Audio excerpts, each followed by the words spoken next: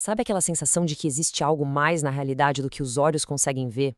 Hoje a gente vai mergulhar numa percepção que pode, olha, virar de cabeça para baixo o jeito como a gente vê o mundo e a nós mesmos. Tudo baseado na ideia de uma consciência do que se chama de o campo. E o curioso é que tudo isso começa pequeno. Não é um grande evento, não. É uma percepção sutil, sabe? Uma clareza que vem de dentro. É tipo o ponto de partida silencioso para uma transformação gigante. Vamos entender o que isso realmente significa. Bom, o primeiro passo nessa jornada é justamente entender essa consciência inicial, essa percepção do que o texto descreve como o campo. Tá, mas o que é esse tal de campo? Imagina só, não é um lugar físico. É mais uma sensação quase palpável de uma integração profunda com absolutamente tudo que existe. É como se dá conta de que se faz parte de um tecido invisível que conecta todas as coisas. E aqui tem um ponto que é crucial. A gente não está falando de uma teoria filosófica para ficar debatendo, não. O que o texto ressalta é que essa percepção é sentida, é vivida no corpo, na consciência. É uma experiência direta, real, não só uma ideia na cabeça. Agora, o que é bem interessante aqui é o seguinte: essa sensação de se sentir maior não tem nada a ver com ego, com se sentir mais poderoso ou especial que os outros. Pelo contrário, é uma expansão que nasce da conexão, da integração, de se perceber como uma parte de um todo imenso. E para ajudar a gente a entender essa mudança de identidade que é bem profunda, o texto traz uma metáfora central que é, nossa, muito poderosa. Vamos ver como ela funciona. Olha só que contraste. De um lado, aquela sensação de ser um eu isolado, sabe? Uma gota separada lutando sozinha. Do outro, a percepção de ser o próprio oceano, vasto, interconectado, uma coisa só. E aqui, nas palavras do próprio texto, fica bem clara a essência dessa transformação. A identidade deixa de ser aquela coisa pequena e limitada para se reconhecer na sua verdadeira imensidão. E qual é o principal resultado dessa virada de chave? Uma libertação, mas uma libertação profunda mesmo. E é exatamente essa libertação que a gente vai explorar agora, vendo os efeitos práticos dela no nosso mundo interior. Então, vamos ver em detalhes as maneiras concretas como essa nova percepção mexe com a gente por dentro, trazendo benefícios que podem transformar tudo. É uma ótima pergunta, né? Peraí, como é que o sentimento de integração pode ter um impacto tão gigante assim? Bom, o texto aponta para 3 efeitos principais.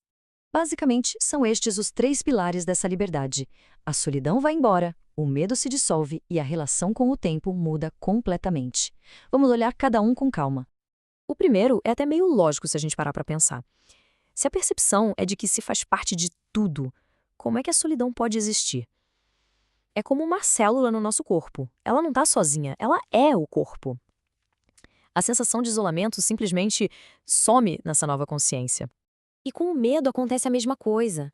Pensa bem, quanto do nosso medo não vem da necessidade de proteger esse eu que a gente acha que é pequeno, frágil, separado? Quando essa identificação com o eu pequeno diminui, o medo perde o chão, perde a razão de existir. E agora vem o efeito talvez mais uau de todos. A própria percepção do tempo muda.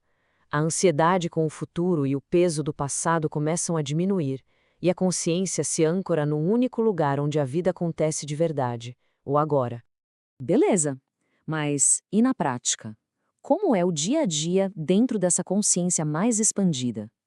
Essa parte final do texto descreve um estado de ser que simplesmente substitui aquela busca sem fim por alguma coisa.